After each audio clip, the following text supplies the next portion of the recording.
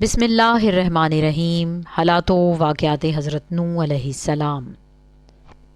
روایات کے مطابق حضرت نوح علیہ السلام کے والد کا نام لامک تھا، جو حضرت ادریس علیہ السلام کے پوتے تھے۔ روایات میں حضرت نوح علیہ السلام کے نام کے بارے میں اختلاف پایا جاتا ہے۔ حیات القلوب کے مطابق ہو سکتا ہے ان سبھی ناموں سے یاد کیے جاتے رہے ہوں: عبد الغفار، عبد المالک، عبد الاعلیٰ۔ نوح کثرت نوحہ کی وجہ سے کہا گیا۔ منقول ہے کہ حضرت نوح علیہ السلام کی عمر تقریباً 2500 سال ہوئی۔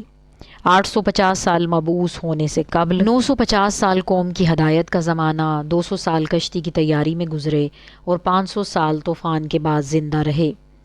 جب پانی زمین سے خشک ہوا تو شہروں کی بنیاد ڈالی اور اپنی اولاد کو ان میں آباد کیا۔ روایات کے مطابق حضرت نوح علیہ السلام 300 برس تک اپنی قوم کو خدا کی طرف دعوت دیتے رہے، لیکن قوم نے ان کی دعوت قبول نہ کی تو چاہا کہ ان پر نفرین کریں۔ اس وقت 2000 گروہ فرشتوں کے نازل ہوئے اور حضرت نوح علیہ السلام سے سفارش کی کہ اپنی قوم پر نفرین نہ کیجیے۔ حضرت نوح علیہ السلام نے کہا، اچھا میں نے 300 سال کی مہلت دی۔ 300 سال ختم ہو گئے اور وہ لوگ ایمان نہ لائے تو ان پر پھر آپ نے نفرین کا ارادہ کیا، تو 2000 گروہ فرشتوں کے پھر آئے اور التجا کی کہ آپ اپنی قوم پر نفرین نہ کیجیے۔ حضرت نوح علیہ السلام نے کہا 300 سال ان کو اور مہلت دی۔ پھر جب 300 سال تمام ہوئے اور وہ لوگ ایمان نہ لائے، تب اللہ نے حضرت نوح علیہ السلام کو حکم دیا کہ خرمے کے درخت اگائیں۔ طلب عذاب کے حوالے سے روایات ہیں کہ حضرت نوح علیہ السلام کے اصحاب کافروں کے ہاتھوں تکلیف میں مبتلا تھے۔ ان کی بلائیں شدید اور سخت ہوتی گئیں اور حضرت نوح علیہ السلام پر بھی کفار پتھر برسانے لگے۔ کبھی ایسا ہوتا کہ حضرت نوح علیہ السلام 3 روز تک بے ہوش پڑے رہتے اور خون آپ کے جسم سے جاری رہتا تھا۔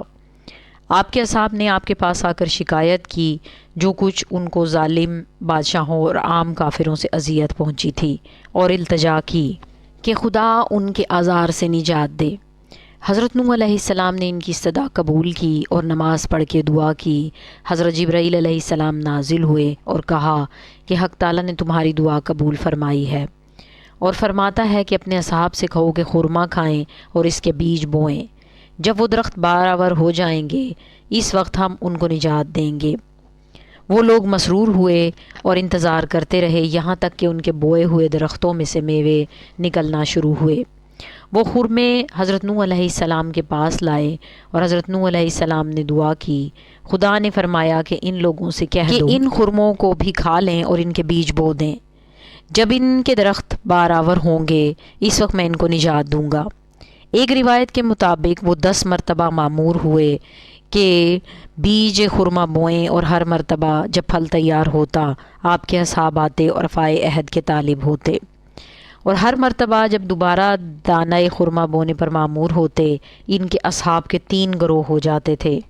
ایک گروہ مرتد ہو جاتا، ایک منافق اور ایک اپنے ایمان پر باقی رہتا، یہاں تک کہ 10ویں مرتبہ حضرت نوح علیہ السلام کے پاس جو اصحاب آئے انہوں نے کہا، اے خدا کے رسول، آپ جس قدر چاہیں وعدے کے پورا کرنے میں تاخیر کریں، ہم تو آپ کو خدا کا پیغمبر سمجھ چکے ہیں، اب آپ کی پیغمبری میں شک نہیں کر سکتے۔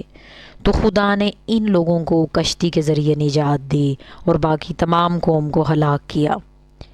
بہرحال خرما کے تمام درخت جب بڑے اور مضبوط ہو گئے تو خدا کا حکم آیا کہ ان درختوں کو کاٹو۔ آپ کی قوم پھر مذاق کرنے لگی کہ اب درخت خرما جب کہ بڑے ہو گئے ہیں، اس بوڑھے مرد نے درخت کاٹ ڈالنے کا حکم دیا ہے، اس کی عقل زائل ہو گئی ہے اور پیری اس پر غالب آ گئی ہے۔ تب حضرت نوح علیہ السلام فرماتے، جس وقت تم پر عذاب نازل ہوگا تم کو علم ہو جائے گا کہ ہم میں اور تم میں کون مذاق کا زیادہ مستحق ہے۔ پھر فرماتے کہ خدا نے کشتی بنانے کا حکم دیا ہے اور جبریل علیہ السلام کو تعلیم پر مامور فرمایا ہے۔ روایت ہے کہ جب خدا نے قوم نوح کو ہلاک کرنے کا ارادہ کیا تو 40 سال پہلے سے ان کی عورتوں کو بانجھ کر دیا تھا، پھر ان میں کوئی اولاد نہیں ہوئی۔ جب حضرت نوح علیہ السلام کشتی بنا کر فارغ ہوئے تو خدا نے وحی فرمائی کہ ہر قسم کے جانداروں میں سے نر اور مادہ کا ایک ایک جوڑا اور اپنے گھر والوں کو کشتی میں داخل کر دو، سوائے ان کے جن کے بارے میں تم کو پہلے خبر دے دی ہے۔ ان لوگوں کو بھی سوار کر لو جو تم پر ایمان لائے ہیں اور ان پر بہت تھوڑے ایمان لائے تھے۔